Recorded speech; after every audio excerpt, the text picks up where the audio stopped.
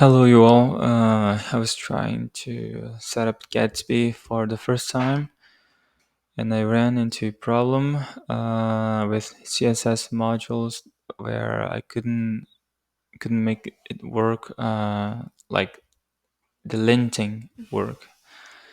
And I've done something that I've used in the past, but this time didn't work. That was declaring a module where you can just declare a module. I think just writing the selection works, but this time it wasn't enough. And yesterday I had kind of a bad day and I was very stressed out, putting all my energy trying to make it work.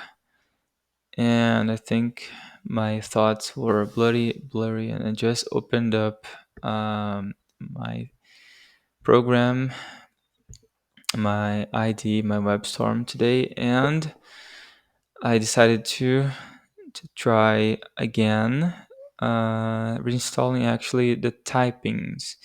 The Gatsby Gatsby version comes with those types here, but I'm not sure why it doesn't work. So just install it again. Just execute those types React, React DOM, and types node, and I think you will be good to go. So that's about it, and see you next time.